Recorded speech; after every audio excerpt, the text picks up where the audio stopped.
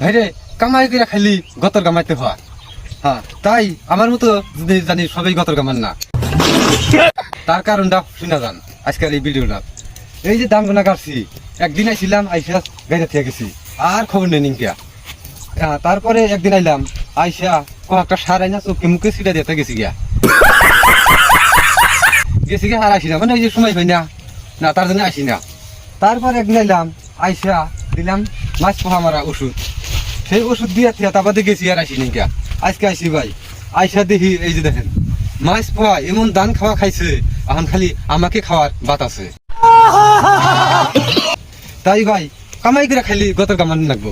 আমার মতো যদি গেলে হয়রামি করেন তাহলে ভাই দান খানাকবো না, দান ধরা বাদে এই জন্য ধরবো। তাই আমি সবাইকে কই, আমার মতো আলসামি না করিয়া, আমি কিন্তু বড় আলসা,